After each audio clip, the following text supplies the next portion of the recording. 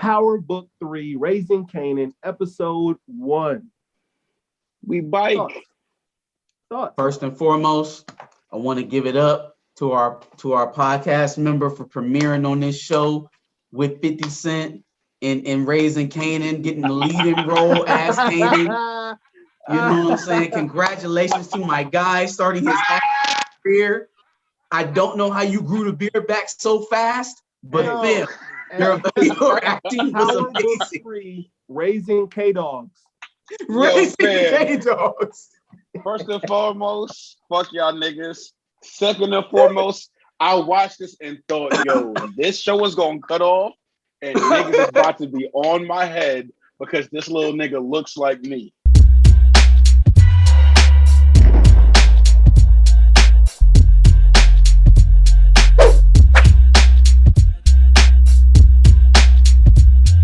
So first thing that comes across, title change, title, music change, everything. Like the theme song is completely different.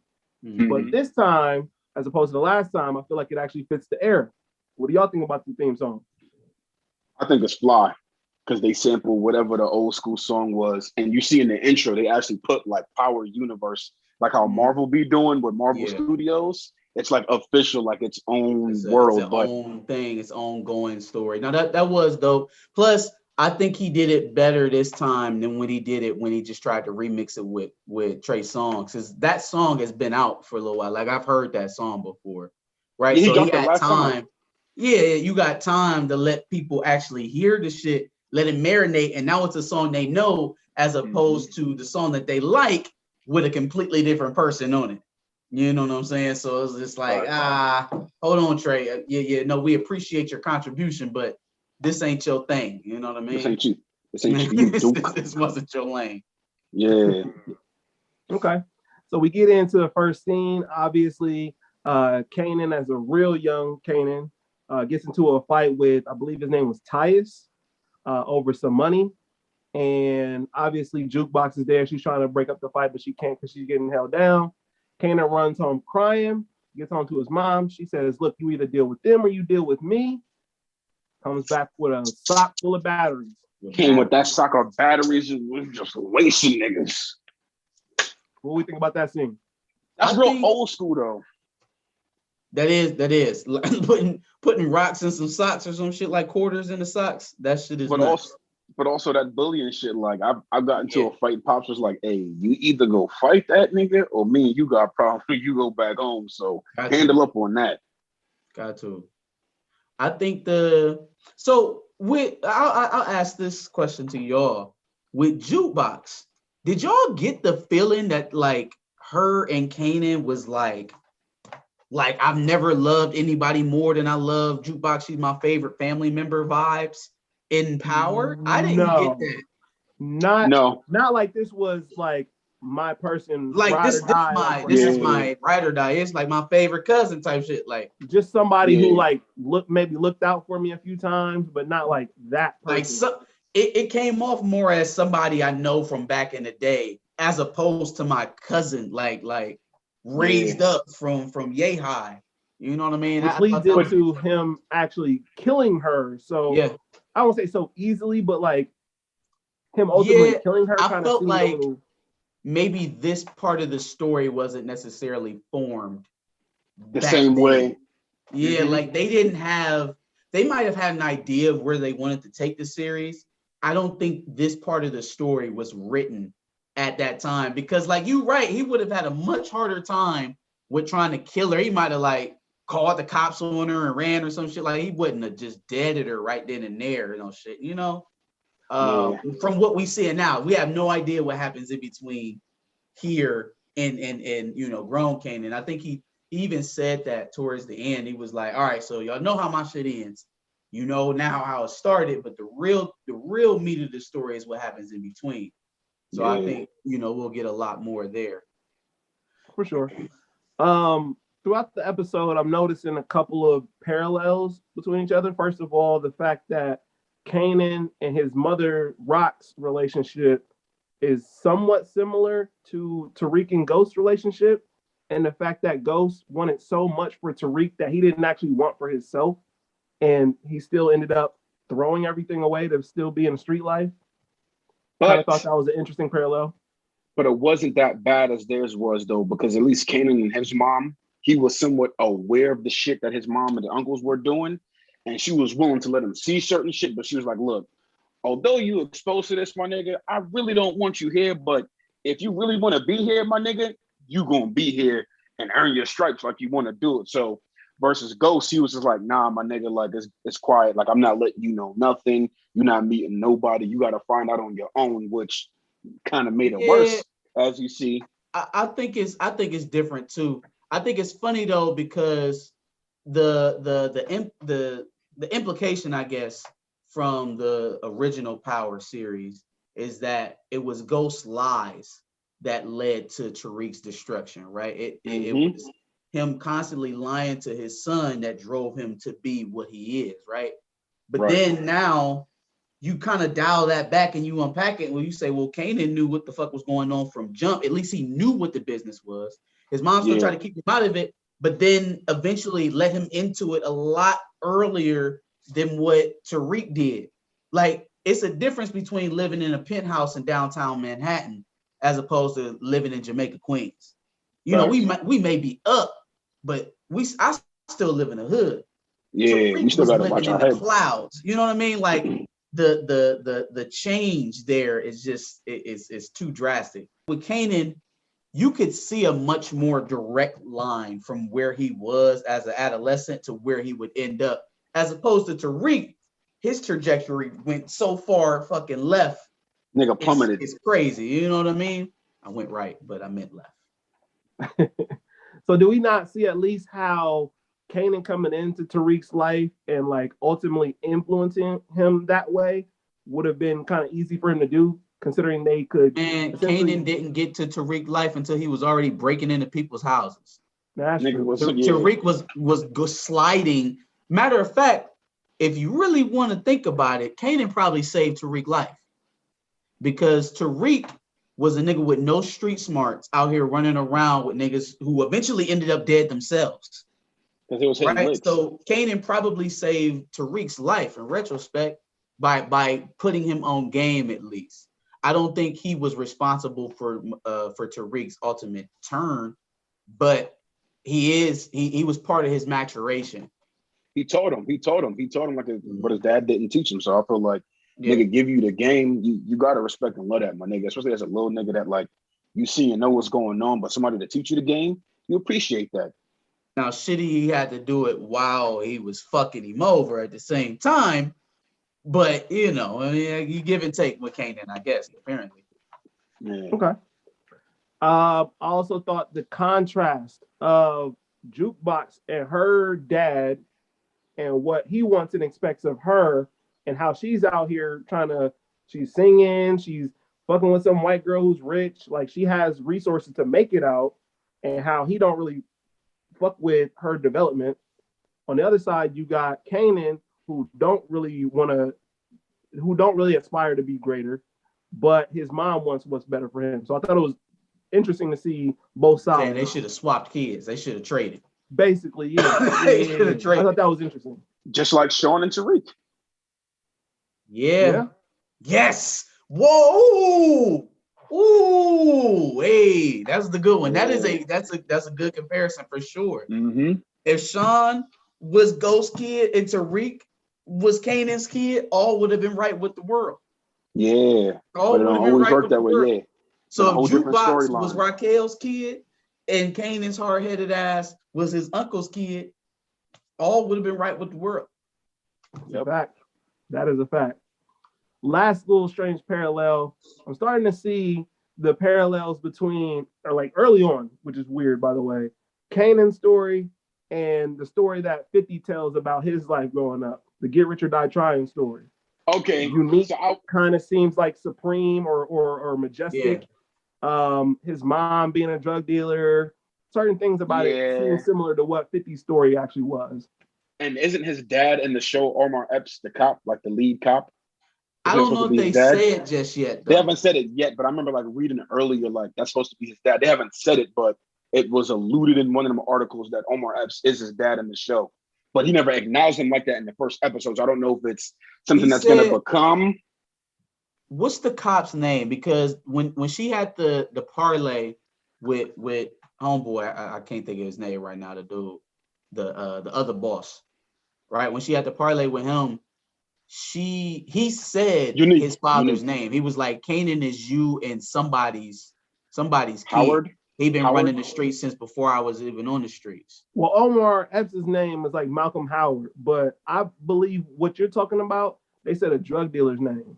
They said like a street name or some shit. So at least what's known of right now, whoever that person is that he said, I think right now is who they're saying Kanan's father is. It may be a twist down the line that is to end up the cop. That would be nuts. But yeah, I think whoever the dude said, that's y'all's kid. Like he was going to be in this regardless. Because even Omar Epps or Howard, let me say it correctly, even said it. He was like, yeah, these boys got a price on their head now, and that has to be paid. Yep. So it's like he's well in tune. He's a dirty cop, obviously. Yeah, crooked ass cop. So somewhere down the line, he's gonna keep saving this nigga, and the line is gonna be, nigga, the only reason why I'm doing this is because I'm your real daddy. Could be. It's gonna be some shit like that. Fair enough. Joey Badass as Unique is amazing. Chef's kiss. The expectations obviously weren't high, being that he's a rapper now turning into actor, so I didn't know anything about his skills. Yeah. He is really good as Unique. But he's in the Wu-Tang Saga, so this is not his first acting gig. I still haven't seen the Wu-Tang Saga. Yeah, I didn't even pick up on that until literally you just said it. And then what I was about to say, they low-key gave him a Harlem accent. He sounded like he a Harlem nigga more than the Queens nigga, but I like how the lingo that they're using is really like lingo niggas used to use back in the day. Like they don't say cops, they say 5-0. There's different accents in different boroughs. I didn't even know. It's just a New York accent to me. It's just different tones, like different tones of how niggas sound. We're gonna have to have you break down the different dictions between the boroughs, at some point. Yeah, but I like the whole aesthetic of the show. Linguist. So Kanan also caught his first body. I don't know if the kid is actually dead yet, but he is. Can we talk about that? How like that whole scene was so chaotic to me, and it almost didn't go together. Like I didn't understand. So he see the niggas on the block, right? He's just shot at him the night before. At what point did y'all know that he was going to try to kill these niggas? I thought he was going to press them off the block, let a few off in the air. At what point did it become, we about to go smoke these niggas? Like where did that come from? That was his crush's boyfriend too, fam. Mm-hmm. That's kind of sick. Like the plan went from, hey, we about to air this bitch out and get these niggas up through, to straight up murder over the high school crush. You know what I mean? I don't think he meant to kill him, because he was like, yo, who killed him? It was my bullet or your bullet? Yeah, I'm like, fam, you pointed the gun straight at him. Like, I thought you was smart. I thought you was intelligent. You did that, Kanan. You pointed it straight at him. I was thrown off by that, because I was like, I didn't know that was the plan. There was 6 of y'all, only 2 of y'all had guns. I didn't know that y'all went there for war like that. What if they shoot back? I'm just yell. Yeah, no, he's pussy. The Puerto Rican dude is pussy. Side note, Puerto Ricans, if y'all gonna be saying nigga like that, y'all gonna have to start acknowledging that Afro-American part of your lineage. Because he was letting them motherfuckers fly, boy. It was nigga. I was like, all right, now. I'm 100% nigga. Yeah, no.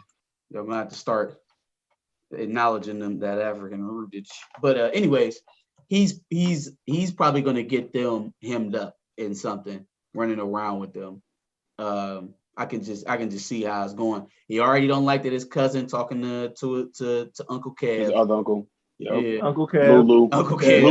Lulu. He don't like that. He already seemed a little bit shook by the first sight of smoke. I don't like what I'm seeing in him. Yeah, he definitely gonna be a downfall for the gang.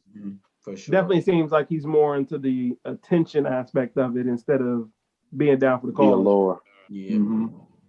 Uncle Marvin, and just the character that I see in him already, there's going to be a part in the series where he's going to have a test of loyalty. I think he's going to fail. You think so?